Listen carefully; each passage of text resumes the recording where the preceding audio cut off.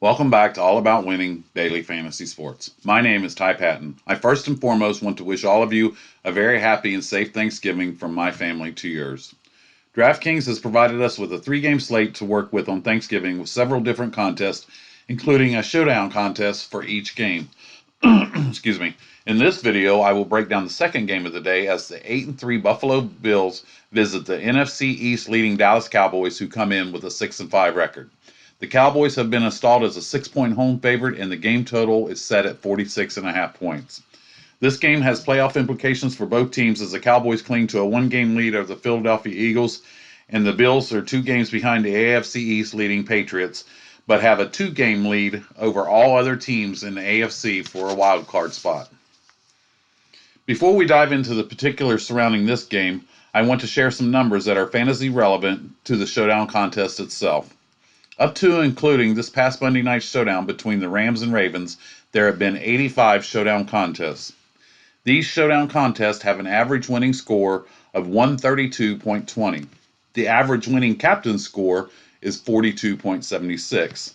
Since the average captain score represents 31% of the average winning score, I focus a lot of attention to the captain's position. With that being said, the captain position breaks down as follows. Underdog running backs have been in the winning captain spot for the winning lineup more than any other position, 18 times for 21%. The favorite quarterback has been the captain for the winning lineup 16 times for 19%. The favorite wide receiver 14 times for 16%. Favorite running back 11 times for 13%. Underdog wide receiver has been the captain in the winning lineup 10 times for 12%. The favorite defensive special team has been in the winning lineup in the captain's position 5 times for 6%. The underdog quarterback also 5 times for 6%. The underdog kicker has been the captain for the winning lineup 2 times for 2%. The favorite tight end also 2 times for 2%. The underdog tight end has been the captain for the winning lineup 1 time for 1%. And the underdog defensive special team has been the captain in the winning lineup 1 time for 1%. Now, I also combine these numbers by positions and find the following. Running backs have combined to be the captain for the winning lineup more than any other position 28 times, which represents 33%, 1/3. Wide receivers 24 times for 28%. Quarterbacks 21 times for 25%. All others represent 12 times for 14%. I also factor in the overall straight-up win-loss record of the winning captains, which breaks down as follows. Running backs in the captain spot, their teams are 22 wins and 11 losses. Wide receivers, 13 wins and 11 losses. Quarterbacks, 15 wins and 6 losses. Defensive special teams, 5 wins, 1 loss. The overall record of the captain's position is 59 wins and 26 losses, which is 69%. The favorite captain has won 48 times for 56%. The underdog captain has won 37 times for 44%. Now, does this unlock the mystery of the Bills-Cowboys game? Not at all. But what it does do is give us some numbers that we may be able to use to give us an edge, which in the end, that's all we're looking for is an edge. Some takeaways from those numbers. Running backs appear in the captain's position more than any other position at 1/3 of the time, 33%. Running backs and wide receivers combined for 61% of the time. And the captain comes from the winning team 69% of the time. The Cowboys are coming in off a tough defeat to the Patriots, 13-9, where the weather played a significant role. The Bills are coming in off a dominant victory over the Denver Broncos, 20-3. The Bills come in with a highly touted defense with a ranking of number 4 versus the wide receiver position and a number 9 defensive special teams ranking overall. I will add that of the teams they have defeated, their combined record is 21-67. The Cowboys aren't much better. The teams they have beat, their records are 16-49. The Bills' defensive weakness is their run defense, which makes Ezekiel Elliott an interesting option.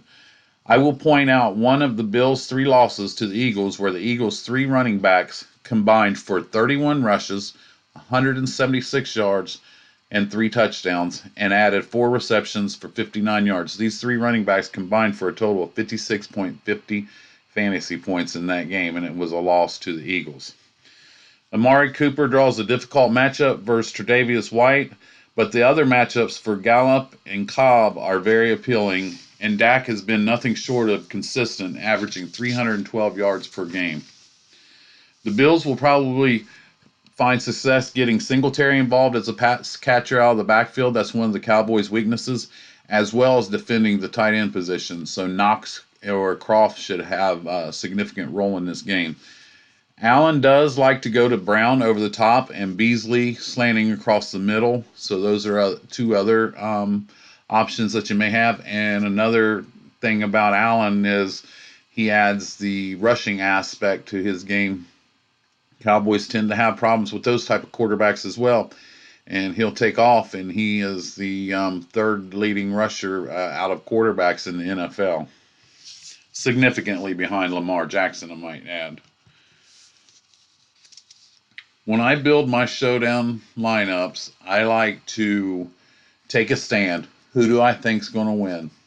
What is the path to victory? Meaning, is it the run game matchups, the passing game matchups? How is this team going to win? Who are the players that support that theory? And who are the best players that could be the top scoring given that theory? And then from there, I build my lineups around my captain and factor in the other team as well. Whether they're scoring, what's the best way for them to score? I think the Cowboys will try to establish the run. I know, right? And I can still see Dak getting his average too. Zeke needs to touch the ball a lot. The Cowboys have a great record when he touches the ball 25 times or more. With this theory in mind, I'm going to build my lineup, and I'm going to show you the lineup that I'm working on and tell you the reasons why and how I build it. But I'm starting off, I think, I really like Ezekiel Elliott. He is the most expensive in the captain spot for good reason. As I mentioned previously, the Bills' defense's weakness is defending the run. So I'm going to go with Ezekiel Elliott. I'm also going to put Dak in there. This way, I feel like I've covered all the ways the Cowboys can score pretty much, unless Pollard would for some reason come in for Elliott. But passing or rushing, I feel like I cover the Cowboys scoring. And the game has a total of 46.5 points. I do believe both these teams are going to be able to score. And I feel good with Dallas being the home favorite with the higher implied total. I feel like I cover all their scoring this way. Next, I'm going to give Dak a target, and I'm going to go to Jarwin. Now, the Bills are number 1 versus the tight end. I'm not sure what great tight ends they have faced. There's very few in the NFL. But Dak's been going to Jarwin, and Cowboys have had Jarwin and Witten on the field at the same time. And if they're shutting down Cooper on one side, this might open things up for Jarwin or Witten. But he's affordable at $3,000. I can get him in there. He fits, and it gives me a target. Don't need much to pay off the $3,000 to get value. So there you go. Next, I'm going to put Josh Allen in here. I feel like he offers a nice floor. He offers the running game, the passing game.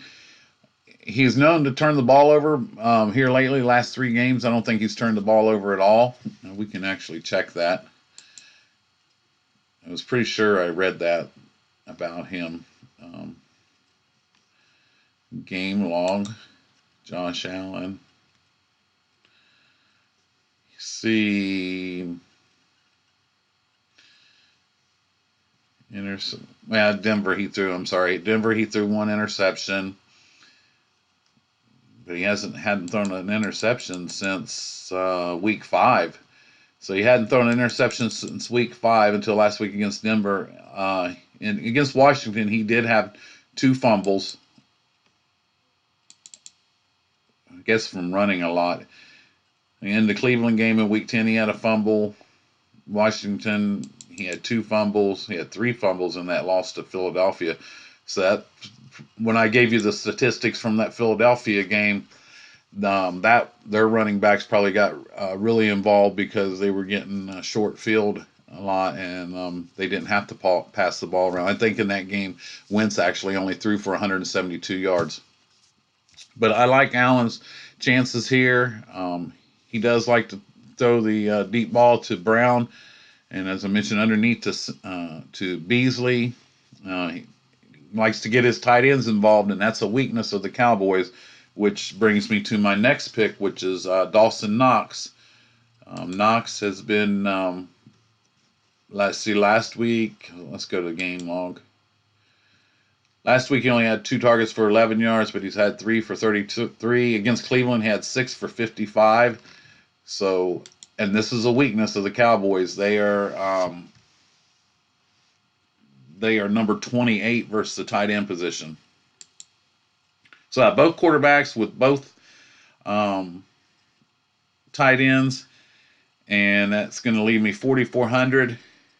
And I'm going to go and I'm going to take Brett Maher from the Cowboys. Now I feel like I have all their, other than scoring on defense, I have all ways that they can score pretty much covered for the Cowboys. And like I said, they have the highest implied total in this game. This just makes sense. It only leaves 400 on the table, so it's not that contrarian. I've seen something not too long ago said the average winning lineup in a showdown contest is leaving about $1,000 on the table. But there you go. I really like this lineup.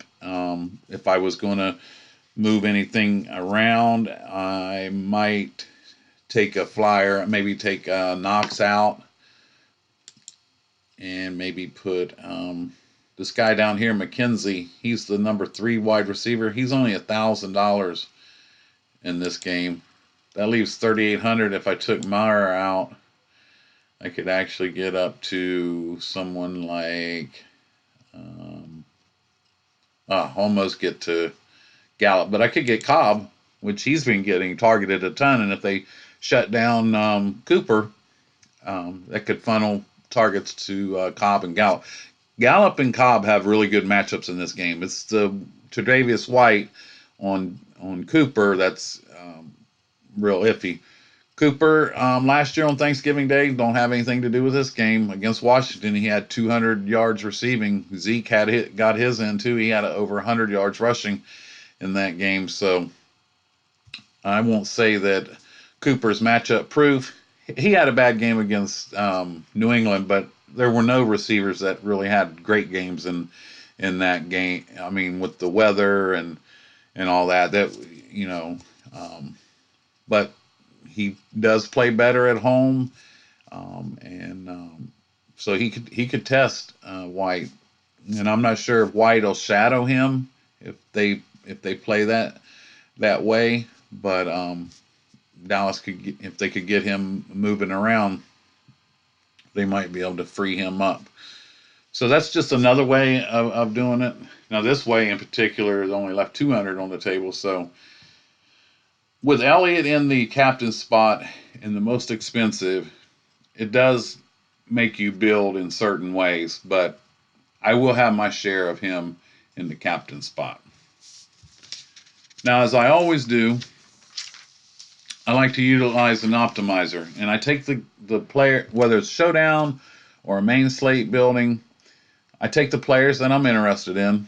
And for Showdown, the optimizer I pick 5 or 6 captains, and the ones I think have the greatest chance of being the high scorers for the game. A couple from each team.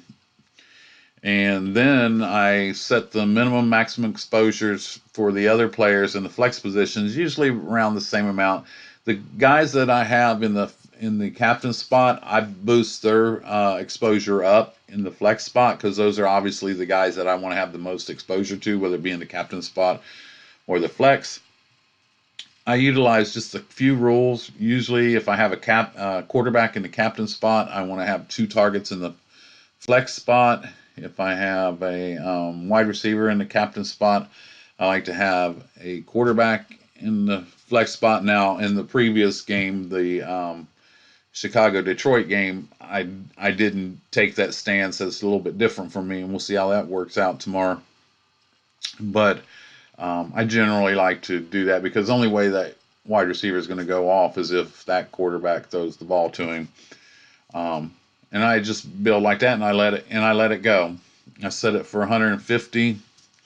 I put that I want to have two uniques, meaning I want to have two unique players for each lineup, and I let it go. I set it for 150. Sometimes it'll give me the full 150. On the Dallas game, it did give me 150, which means the players I like, I don't know, maybe there was 750 different randomizations. But I don't mass multi-entry. I've said this over and over. I don't have anything against guys that do that. If I could, I would. I'm just not in the position to do that. If I'm ever in the position one day to do that, I will build lineups that way because it just makes sense, especially if you're a bigger player, and it just makes sense if you have the right player pool and you can generate a few winners and some big, especially in bigger GPP contests. You can definitely build your return on investment that way. But for now, I do it so I can just look at different randomizations because I like to play different contests. I might play a couple in the $10 entry. I might play the 20 entry quarters or 20 entry dollars, and I play some head to heads and double ups. And I just want to see the different randomizations because if I'm building manually, I'm not going to see all the different ways. And I just look through them, identify the ones I like, and I play them. And I've had a lot of luck on the Showdown. I've never won one straight out. I've placed in several, came really close in a lot, and actually have done better on Showdown than I have on the main slate this year. But I build those lineups, and as I do in all my videos, this isn't designed for me to just give you picks for you to go out and play it. I mean, if you do and we win, we're going to be splitting. But it's to show you my process, give you some of the numbers that you can use to make some of your own informed decisions.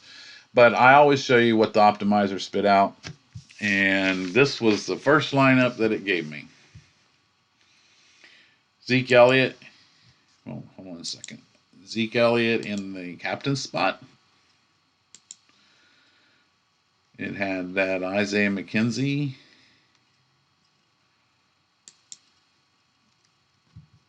It had the Cowboys defense.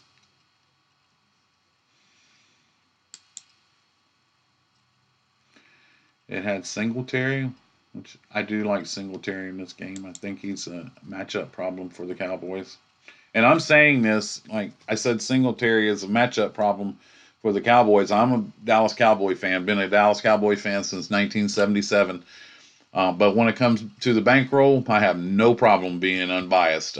But I feel one thing with the Cowboys is I'm really in tune to their strengths and weaknesses. And so I do feel like a player like Singletary will get. He's not a Dalvin Cook, but running backs that catch the ball out of the backfield give the Cowboys problems, and tight ends. And this had Amari Cooper, and it also had Dak Prescott. I'm not crazy about the Cowboys defense. In this one, I think that was done with the Cowboys defense and McKenzie, that was only 5,200, so it allowed you to get Elliott, Singletary, Cooper, and Prescott. And if this was any other matchup for Cooper, I'd probably really like this. I might take the Cowboys out and put Maher in there. Now, generally, I like to use only one of the four between the two defensive special teams and the two field goal kickers. I try to only use one, at the most two. field goal kickers offer the best floor. I generally go with the field goal kicker that whoever I have the most players from on my showdown lineup.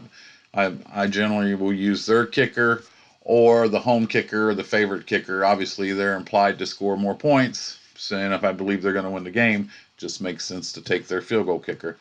So I would probably take the Cowboys out there.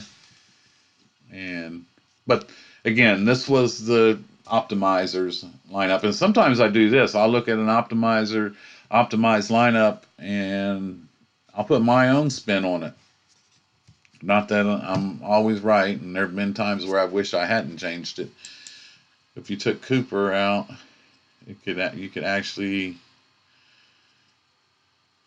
you couldn't get to John Brown, but if you took Meyer out, you might be able to get. I would rather have. See if you got Allen in there with Singletary. You could do that, and you could come down here. Now you're going to use what they call a turd. You could throw Tavon Austin in there. I don't like to. I don't believe that getting a player. I don't believe that a value play is scrolling down to a $200 player and hoping that somehow he stumbles and bumbles and flips over somebody and grabs a fumble in the end zone. And some guys get lucky. The other night, he wasn't really a turd. He was a lower owned and lower salary player. Willie Snead got 2 touchdowns in that game. And I mentioned this in my last video. That would be the last time that I've fade Lamar Jackson out of the captain spot. I did have him in the flex spot, but I took him out of the captain spot because I thought the Rams would at least play with some type of Goshen or and I had Gurley in the captain, but anyhow, that's if, and if. But kind of like this build, Austin every now and again gets a couple reverses. He got a touchdown a few weeks ago, I believe it was. Let me see here. I'll give you false information. He's not going to be a slate breaker or anything unless he did get a really long touchdown. Well, I guess the best week we had 11.4. He had 5 receptions for 64 yards in week 6 versus the Jets. And I believe that's the game where Cooper went out. So, but he has had, you know what that was? In that game, they actually called that touchdown back. I'm sorry.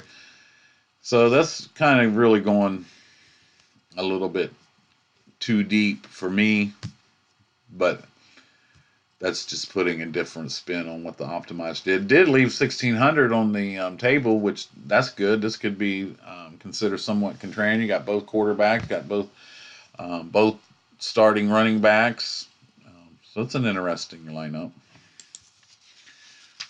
So this wraps up the Bills versus the Cowboys showdown video.